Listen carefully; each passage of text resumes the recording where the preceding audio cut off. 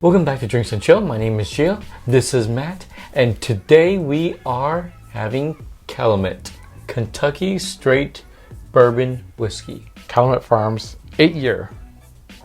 Yep, so we're going to go ahead and try this. We are fresh cracking it today, so this is, as some people say, the neck pour.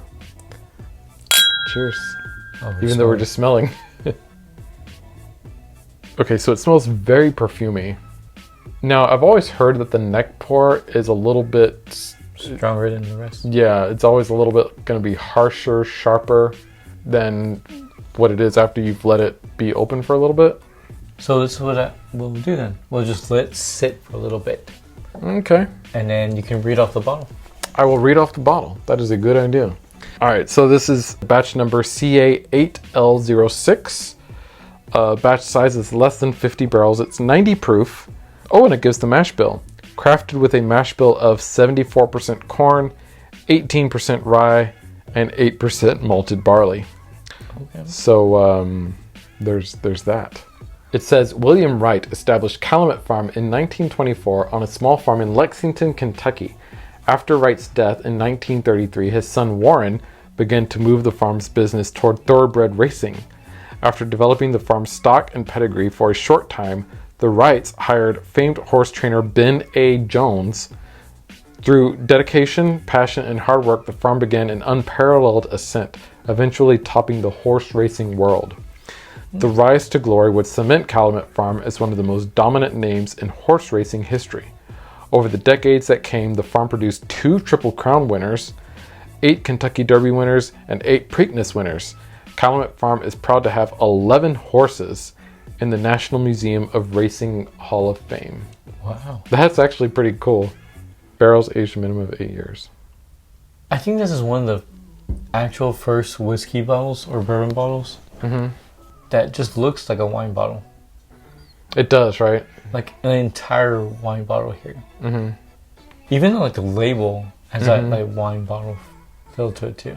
Yeah, it does. And like the little capsule that goes over the neck, it kind of felt like one that you would see on a wine bottle. It's very wine bottle-esque. Oh, that's interesting. Yeah. Let's try again. Let's try again.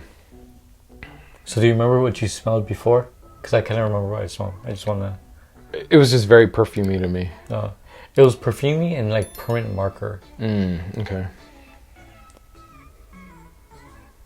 Okay, so it is perfumey more now. I don't have that permanent marker smell. It's still perfumey. I'm getting a cherry back there now. I'm getting floral. Maybe a little bit of chocolate, like a chocolate-covered cherry, but the cherry overwhelms the chocolate. Being a straight bourbon whiskey, I'm not getting the vanilla or the oakness. Yeah, the oak is not as prominent as you would expect it to be. The vanilla's there for me. I'm getting like a very wine. Like it's like I'm getting like it was in a wine cask. It couldn't be because they would have to put that on the label. I know. I like the smell. It's the more I sit with it, the more I like it. I'm getting past that perfuminess. I'm getting the cherry, the chocolate, the vanilla. Yeah, like a hint of vanilla for me. And seeing it, it's like a hint. Like I can kind of see the wine influence, but not that much. And I don't think there is a wine influence on here, but just that note. So I think you're getting more wine than I am, and I might be getting more vanilla than you are. Yeah. Okay. On that whiff, I just got the wine. Really? Yeah. I think it's because I'm not smelling the oakiness to it or any like woodsy smell to it. It's kind of like throwing me off. The oak is definitely in the background here. It's there, but it's just not as prominent as I'm used to it being with bourbon. All right, that little newspapery, carbony newspaper ink smell is coming through now. There's actually a lot in here to pick out. Taste it. Clink one more time. That was a good clink. That was a good one.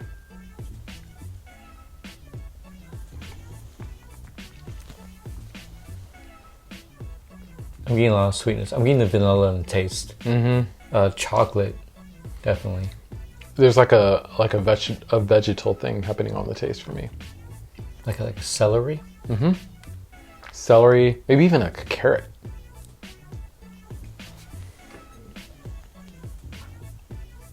I don't know if this makes sense, but it's a very wet taste. Yeah, that makes sense. It's like celery and carrots. Like I got a carrot back there too. I mean celery. I'm not sure about the carrot. There's something else there. The chocolate shows up kind of on the back end of the palate. I was getting a cherry on the smell, and it's there on the palate, just not as prominent as it was on the smell. It's a bit creamy. I like this one. I like the sweetness to it. I like it too. It's not like an added sugar type of sweetness. It's more like a natural sweetness. Yeah. Kind of like a fruit that you're throwing in there. Kind of like the vanilla sweetness, like the vanilla ice. I don't know if ice cream has added sugar, but it sort of has that vanilla ice cream flavor, like a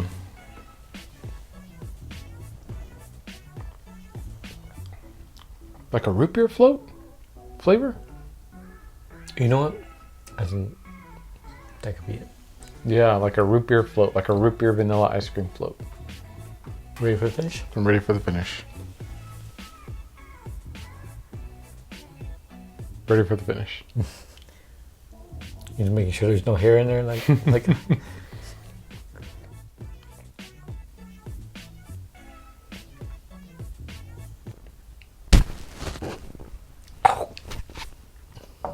Are you okay?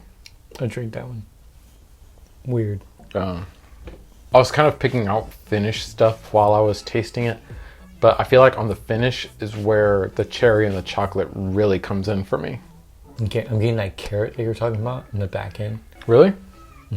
See, for me, the vegetal notes were more on the palate, and I'm not getting those so much on the back end. That's interesting that you got the same thing I did, but like in different areas of the... But mine is more like a puree. Like, you know, like after you crush it and everything, that like, yeah, that's what I'm getting. It's a big word, puree. Oh, I know. I'm trying to be all fancy. Like an SAT word. I'm still getting some sweetness. I'm still getting that chocolate in the back end too. So that's pretty consistent. What I still have in my palate, it's been a little bit since I tasted it. The oakiness or the woodiness, I would say. I don't know. We were saying that we really weren't getting that on the smell, but that is sticking with me on the finish. It's sharper on the finish than it isn't anywhere else. Yeah, but those like really heavy flavors are what's lingering on the finish. The oak, the chocolate, the cherry to an extent. It does linger, but it doesn't linger as long as the oak and the cherry linger. The vanilla is still there. I like the finish actually. I just like this whiskey in general. It has that creaminess to it. Kind of like coats it and let it settle. Yeah. I just want to add one drop. Okay. You know what? That's a good idea. Let me pour myself a little bit more, and then you can add one drop to mine too. Because I already wrote my review, so I mean, it's not going to change. Boop. Boop. Boop. All right. Because I'm getting like a caramel or butterscotch. One of those two. I think it's caramel. Still no difference. I think it's caramel. I'm getting more oakiness in the smell. Yeah, the perfuminess is still there. I think the perfumey is what's been consistent throughout everything.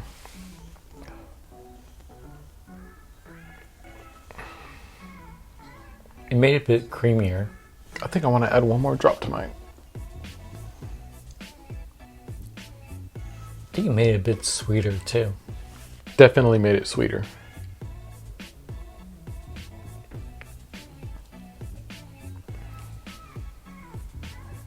This right here with the water, I think made it more bourbon-y. Yeah, I think you're right. I think the vanilla is a lot more easily identifiable. It was still there before, but I think now it brings it more to the forefront. And then the woodsy type of taste and smell. Like before, I was like, "Ooh, this could be a bourbon or a rye," but it's with the water, it's definitely a bourbon now. And that whole wine feeling is gone. Now, I don't know if it necessarily needs the water because I still liked it before the water, but the water definitely does something to it. And so I think it's just going to come down to your own personal taste preference whether you want to add water to this or not. So let's go ahead and add this to the infinity bottle first, and then we will go through our ratings. So Gio's adding Calumet Farms 8-year. You're just spilling on myself. Oh my goodness, you haven't even poured it yet. I did pour it. Wow. I poured a lot. Wow. Stop it. So on the nose, I gave it a 2.4. I gave it 2.5. Oh, wow. So okay. we're pretty close. Yeah. For the taste, I gave it, I like the taste. Yeah, I did too. I gave it 4.0. Oh, wow. I guess I liked it more than you did because I gave it a 4.3. Dang. Okay. Yeah. Well, I like the nose better. So, yeah. All right. And for the finish? I gave it a 1.3. 1.8. Okay. I gave it a 1.6. Wow. So almost a perfect score. Wow. You give it a high finish score. I did. Wow. Okay. So our total scores will appear right here, so that you can see how Calumet Farms 8-year ranked for us. Now our leaderboard will be popping up, so you can see where Calumet Farms falls on our favorite whiskeys of the year. And I think it's going to be kind of high for both of us, actually. I think so. Yeah, it's going to be up there. I think for me it'll be either second or first, and yours I think it'll be either third or second. I think so. I don't think it'll be quite up there with the Ink of Legends, but it's yeah. Any other Calumet that you want us to try? Then let us know. And until next time, thank you so much for watching. Leave a like, comment, subscribe, hit that notification bell so you know whenever we post. And we will see you next time. Cheers.